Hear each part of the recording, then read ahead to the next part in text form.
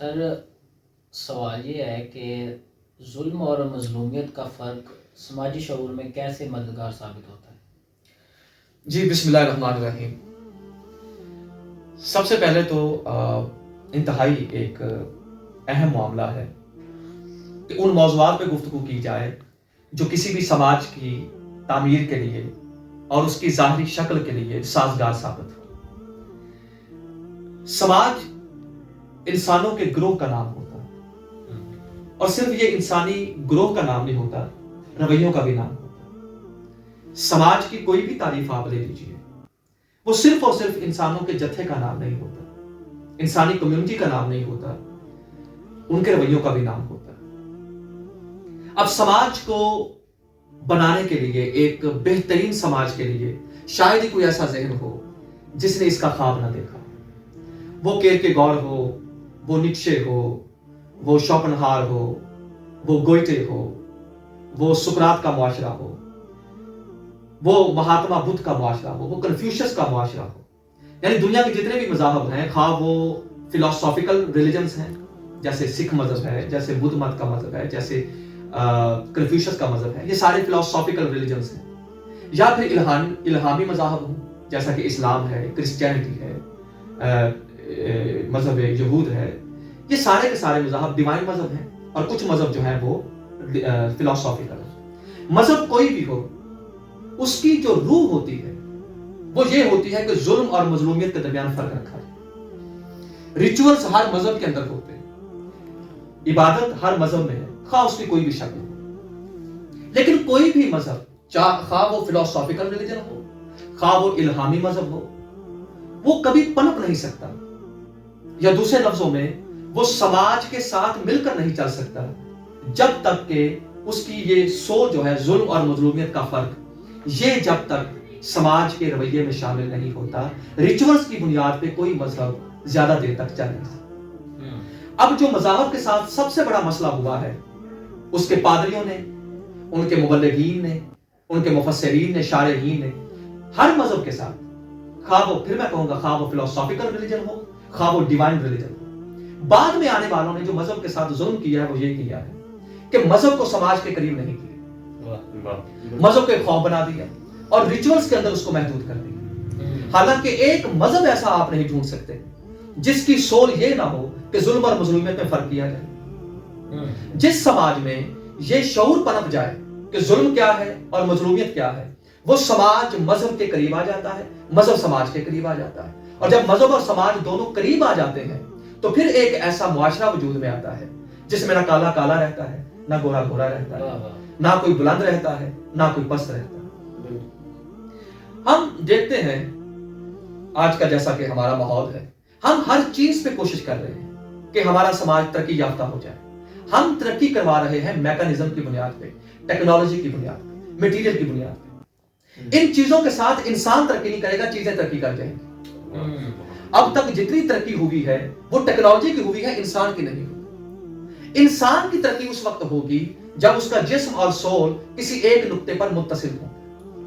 اب آج کا انسان کہیں اور سفر کر رہا ہے، ٹیکنالوجی کہیں اور سفر کر رہی ہے۔ ٹیکنالوجی اس کو حیران تو کر رہی ہے، اس کو پرسکون نہیں کر رہی۔ ہم ٹیکنالوجی کے نام پہ جتنی بھی ونڈرز پیدا کر رہے ہیں، اس کا ایک نتیجہ نکل رہا ہے کہ انسان حیران ہو رہا ہے، پریشان ہو رہا ہے، جسم کی رفتار بہت تیز ہے، روح کہیں بیمار پڑی ہوئی ہے۔ اب اس کی وجہ کیا ہے کہ اتنے ٹیکنالوجی اورینٹڈ معاشرے میں بھی کوئی انسان سیکیور نہیں ہے، اتنے کیمروں کی موجودگی میں کوئی شخص سیکیور نہیں ہے۔ سیکیور کیوں نہیں ہے؟ کیونکہ سماج کے رویے میں ظلم اور مظلومیت کی تفریق نہیں پیدا ہو سکی۔ کوئی بھی مذہب کسی مذہبی علامت کی توہین پر اکٹھا ہو جائے گا، لیکن ظلم اور مظلومیت کی تفریق پر کوئی مذہب باہر نہیں نکلے گا۔ کیسے؟ ذرا ہم دیکھتے ہیں کہ قرآن کا جو تصور ہے سماج کے بارے میں ظلم اور مظلومیت کی تفریق کے حوالے سے، وہ کیا ہے؟ میرے نزدیک میری ایک رائے ہے، یہ عقیدہ نہیں ہے، یہ رائے ہے۔ میری رائے میں سماج کی سب سے پہلی جو ضرورت ہے وہ یہی ہے کہ وہ ظلم اور مظلومیت میں تفریق کرے۔ اگر مجھ سے کوئی پوچھے کہ کون سا معاشرہ ترقی یافتہ ہے، تو میں یہ نہیں دیکھوں گا کہ اس نے ٹیکنالوجی میں کتنا نام بنایا ہے، یا وہ پولیٹیکلی کتنے سٹیبل ہے، یا ان کی جو گروتھ ہے سالانہ وہ کتنی ہے. میرے نزدیک ایک کامیاب سماج کی ایک ہی تعریف ہے کہ اس کے مندر کے ہوتے ہوئے مسجد کتنی محفوظ ہے اور مسجد کے ہوتے ہوئے مندر کتنا محفوظ ہے. اگر مسجد کی موجودگی میں مندر محفوظ نہیں یا مندر کی موجودگی میں مسجد محفوظ نہیں تو پھر ہمیں سوچنا پڑے گا کہ اس سماج کے رویے میں ظلم اور مظلومیت کی تفریق پوری طرح سے سرایت نہیں کر سکتی. اچھا، ہم دیکھتے ہیں قرآن کیا بتاتا ہے. قرآن بتاتا ہے کہ اس معاشرے کا پہلا فرد، اس کے 2 بیٹے آپس میں لڑ پڑے. قابیل نے حابیل کو قتل کر دیا. اب آدم بڑے بے چین تھے. جبریل سے کہا کہ میری بے چینی ختم نہیں ہوتی، مجھے دکھا تو صحیح میرا بیٹا ہے کہاں. وہ ایک زمین کے ٹکڑے پہ لے گیا کہ نبی اللہ، یہ وہ جگہ ہے جہاں پہ آپ کے بیٹے کو آپ کے بڑے بیٹے نے قتل کیا. کہا اگر قتل کیا تو خون کہاں ہے؟ اب بڑی لطافت ہے اس ایک چھوٹے سے جملے میں. خون کہاں ہے؟ کہا خون زمین نے پی لیا ہے، آپ کا دل نہ دکھے. اس زمین کے ٹکڑے پہ لعنت کر کے تان کر کے آدم نے کہا تمہیں شرم نہیں آتی ہے کہ مظلوم کا خون چھپاتے ہوئے؟ اب یہ پہلا سانحہ ہے پہلے معاشرے کا جس کا پہلا فرد کیا جملہ بول رہا ہے کہ مظلوم کے خون پہ پردے نہیں ڈالتے. اب نبی کے جملے میں وہ حرارت تھی کہ زمین نے پورے کا پورا حابیل اگل کے دے دیا. اب آدم نے حابیل کو ہاتھوں میں لیا، کچلی ہوئی پیشانی، بکھرے ہوئے بال، بڑا روئے. اب اس کے بعد دیکھیے کہ سماج کا رویہ، سماج کہاں سے شروع ہو رہا ہے. ایک درخت کے پاس، ایک جانور کے پاس جبریل کو گواہ کر کے، خدا کو گواہ کر کے آدم کہہ رہے ہیں گواہ رہنا میں حابیل کے ساتھ ہوں، میں قابیل کے ساتھ نہیں. نبی اللہ ایک ہی ڈی این اے ہے، ایک ہی بیٹا ہے. ایک تو پہلے آپ کا بیٹا شہید ہو گیا، دوسرے کو آپ راندہ درگاہ کر رہے ہیں، آپ تو بے نسل ہو جائیں گے. تو عجب نہیں کہ یہی جواب آئے کہ ایسے ظالم کا باپ بننے سے بہتر ہے کہ میری نسل قطع ہو جائے. اب یہ ہے قرآن میں پہلے سماج کی تصویر جس میں آدم ظالم کے ساتھ نہیں، نسب میں بیٹا ہے لیکن ظالم کہہ کے پیغمبر نے کہہ دیا کہ آنے والے وقتوں میں اس وقت سے لے کے جو قتل کرے گا تب سے بھی لے کے قاتل پہ الگ لعنت ہے، قبیل کے حصے میں دوسری لعنت. معاف نہیں کیا پہلے فرد کو، آج تک معاف نہیں کیا گیا کیونکہ وہ ظالم تھا. پھر آپ قرآن کی سماجی یہ شکل دیکھیے کہ وہ کس طرح کا سماج دیکھتا ہے. سورہ شمس میں قسمیں کھا کے اس نے کہا کہ کامیاب وہ ہے جس نے اپنا تزکیہ نفس کر لیا اور ناکام وہ ہے جس نے اپنے نفس کو ذلیل کر لیا. یہ پوری کی پوری ایک تمہید باندھ کے ایک جملہ کہا. وہ صالح علیہ السلام کی قوم تھی، اس نے پیغمبر کی تکذیب کی. جب تکذیب کی یہ تھا معاشرے کا مجموعی رویہ. اس کے بعد کیا ہوا؟ بڑے لطیف نکتے ہیں. کہا پھر ایک ان میں سے شقی القلب اٹھا اور اس نے کیا کیا؟ اس نے اونٹے کے پاؤں کاٹ دی. اب ترتیب دیکھیے، پہلے معاشرے کا اجتماعی رویہ ظالم ہوا، پھر اس میں سے ایک ظالم کو ظالم بننے کا موقع ملا. پہلے سماج کے رویے یزید بنتے ہیں، پھر کوئی شخص یزید بنتا. یزید حادثاتی طور پہ پیدا نہیں ہوتے، شمر اور ظالم حادثاتی طور پہ پیدا نہیں ہوتے. پہلے سماج کا رویہ پورے کا پورا ظالم بنا، پھر اس میں سے ایک بندہ اٹھا. اس نے اٹھ کر کیا کیا؟ اس نے ناقۃ اللہ کی، اللہ کی اونٹنی کے پاؤں کاٹ دیے. دنیا آج بھی انسانی حقوق میں الجھی ہوئی ہے. کوئی ملک یہ نہیں کہہ سکتا کہ ہم نے انسانوں کو حقوق دے دیے ہیں. لیکن 1400 سال پہلے، 1450 سال پہلے کا جو قرآن سماجی نقشہ دے رہا ہے وہ یہ دے رہا ہے کہ ایک جانور کے قتل پہ بھی ہم بستی کو الٹا سکتے ہیں. کیوں؟ اب وہ جانور نہیں رہا، اب وہ مظلوم ہے. اس لیے وہ مظلوم ہے اور اللہ اسے اپنی اونٹنی کہہ رہا. آیت کا اگلا ذرا تیور دیکھیے. جب اس ایک نے پاؤں کاٹے ہم نے پوری بستی کو ملیمیٹ کر دی. بھارے لاغا ظالم ایک شخص ہے، پوری بستی کو کیوں الٹ رہے ہیں؟ کہا اس لیے الٹ رہا ہوں ان کے سماجی شعور میں یہ بات آئی نہیں ہے کہ ظلم ہوا. کسی نے اسے کنڈیم ہی نہیں کیا، کسی نے اس کی مذمت ہی نہیں کی، کسی نے منہ سے بھی نہیں کہا کہ تم نے غلط کیا. اب دیکھیے ان اٹ سیلف واقعہ بہت بڑا تھا لیکن بستی اس لیے ملیمیٹ ہو گئی کہ کسی نے اس کی مذمت نہیں کی. بھائی لاہ اس بستی میں تو نمازیں پڑھنے والے، اس وقت کی عبادت جس طریقے میں تھی وہ بھی کرنے والے تھے، وہ بھی سارے کے سارے عابد ظاہر بھی گئے. کہا عبادت اور زہد کا یہی تو منشا ہوتا ہے کہ وہ انسان کے اندر ظلم اور مظلومیت کی تفریق پیدا کرے. تو ان کی عبادتوں کا میں نے کیا کرنا جن کو یہی نہیں پتا چلا کہ ایک ظلم ہوگا. ایک جانور کی مظلومیت کو خدا اپنے اوپر لے رہا ہے کہ یہ میری اونٹنی ہے، یہ اب صالح کی اونٹنی نہیں، میری اونٹنی. ایک سماج اس لیے برباد ہو گیا کہ وہ ایک جانور کے اوپر ہونے والے ظلم کو ظلم نہ کہہ سکا۔ پھر آ جائیے، جب ابراہیم نے کہا کہ تم دونوں کی صورتیں مجھے یہاں کی نہیں لگتی، تم کھانا بھی نہیں کھا رہے، انہوں نے کہا ہمیں کھانے سے کیا غرض، ہم تو خدا کے 2 فرشتے ہیں اور آپ کو بشارت دیتے ہیں کہ آپ کو اللہ ایک بیٹا دے گا، اسحاق۔ خیر وہ ایک الگ موضوع ہے، اس پہ جو ریاکشن آیا بی بی سارا کا اور حضرت ابراہیم کا۔ کہا جا کہاں رہے؟ کہا ہم ایک بستی میں جا رہے ہیں، وہ لوگ حد سے آگے نکل گئے اور ہم اس کو ملیامیٹ کرنے لگے۔ کہا اچھا وہ بستی، اس میں تو ہمارا بھی ایک چاہنے والا موجود ہے، ہمارا بھی ایک محبوب موجود ہے، لوط۔ کہا ان کو تو ہم کچھ نہیں کہیں گے، وہ تو پیغمبر ہے، اور ان سے محبت کرنے والوں کو بھی کچھ نہیں کہیں گے، ہاں البتہ جو حد سے زیادہ نکل گئے آگے ان کو ہم ملیامیٹ کر دیں گے، اور آپ کو بتاتے جائیں اس کی بیوی وہ پیچھے رہ جانے والوں میں سے۔ بیوی سے بڑا کون سا قرب کا رشتہ ہوتا ہے؟ اس کائنات کا آغاز ہی میاں بیوی کے رشتے سے ہوا ہے۔ اتنا قرب کا رشتہ، اس کا جرم کیا تھا؟ وہ نبی کی مظلومیت کے مقابلے میں ظالموں کا ساتھ دینے لگے۔ اب نبی کی 4 دیواری ایک ظالم کو بچا نہیں سکی، کیوں؟ چونکہ وہ ظالموں کے ساتھ ہو گئے۔ بارہا تھوڑی سی رعایت، سختی گرمی دھوپ چھاؤں میں نبی کے ساتھ رہی ہے۔ کہا جو بھی ہو، چاہے نبی کی بیوی ہے لیکن ظالموں کا ساتھ دے رہی ہے، مظلوم کا ساتھ نہیں دے رہی، پوری کی پوری بستی ملیامیٹ ہو گئی۔ کتنی مثالیں چاہیے آپ کو قرآن میں، جو قرآن کا سماجی نقطہ نظر ہے وہ کیا ہے؟ ہم نے ابراہیم کو آزمایا چند کلمات سے، جب اس میں کامیاب ہوا تو ہم نے کہا تمہیں ہم لوگوں کا امام بنانے لگے۔ اب حسب روش حسنہ ابراہیم نے وہی کہا وَمِن ذُرِّيَّتِي، میری ذریت میں بھی امامت کو رکھ دے۔ کہا لا ينال عہد الظالمین، تیری نسل کے ظالموں سے میرا کوئی وعدہ نہیں۔ یہ خلیل اللہ ہے، اللہ کا دوست ہے، اور قلب سلیم لے کے آیا، جگہ جگہ پہ تعریف کی کہ کیا بات ہے ابراہیم کی، جب وہ میرے پاس آیا تو قلب سلیم لے کے آیا، وہ قلب سلیم لے کے آیا، اس کی نسل کے ظالموں سے تیرا کوئی وعدہ نہیں ہے، میرا کوئی کام نہیں، میں ان سے کوئی امامت کا کام نہیں لینے والا کیونکہ وہ ظالم ہے۔ ابراہیم کا ڈی این اے ہے، ابراہیم کی نسل ہے، لیکن اللہ ابراہیم کی نسل کے بھی ظالموں کو معاف نہیں کرتا، کیونکہ علم الہی میں تھا کہ اسی کی نسل سے وہ 10 بچے بھی آئیں گے جو ایک مظلوم کو کنویں میں ڈال دیں اور 40 سال کے لیے 2 باپ بیٹوں کو جدا رکھیں۔ تو اب ایسوں کو میں امامت دے دوں؟ اب نسل ہے ابراہیم کی لیکن اللہ ان کو ظالم کہہ رہا۔ ابو لہب بہت بڑے خاندان سے ہے، عبد المطلب کا بیٹا ہے، ہاشمی خاندان سے، اور نسل ابراہیم سے۔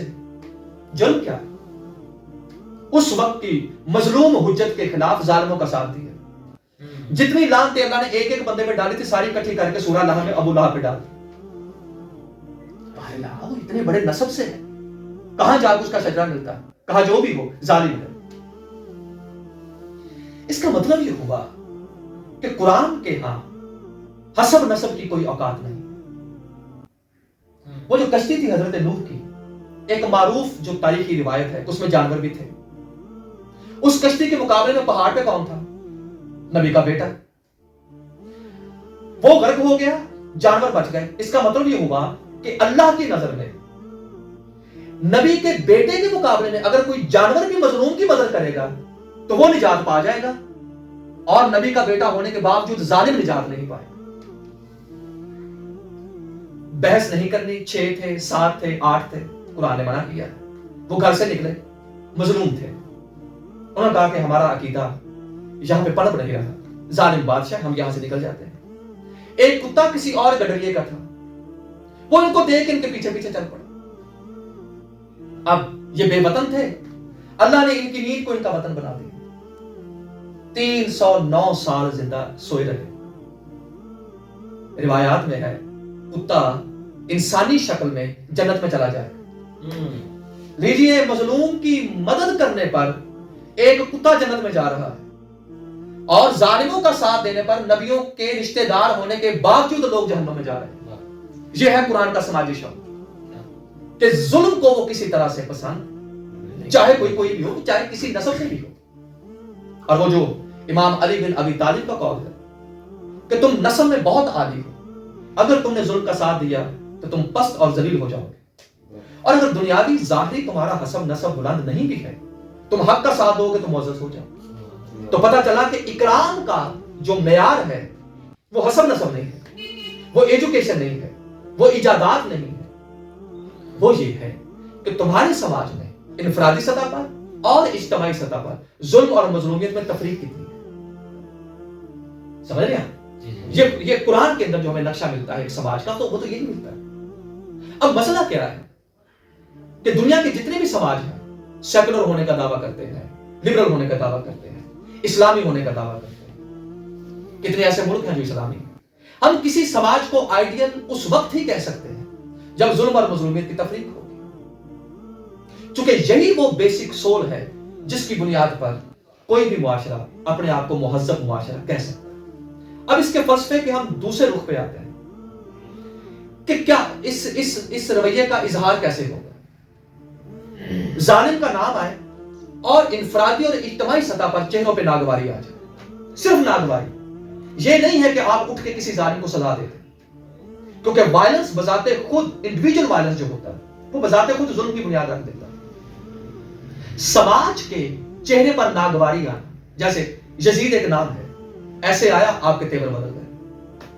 حسین ایک نام ہے، ایسے آیا آپ کے تیور بدل گئے.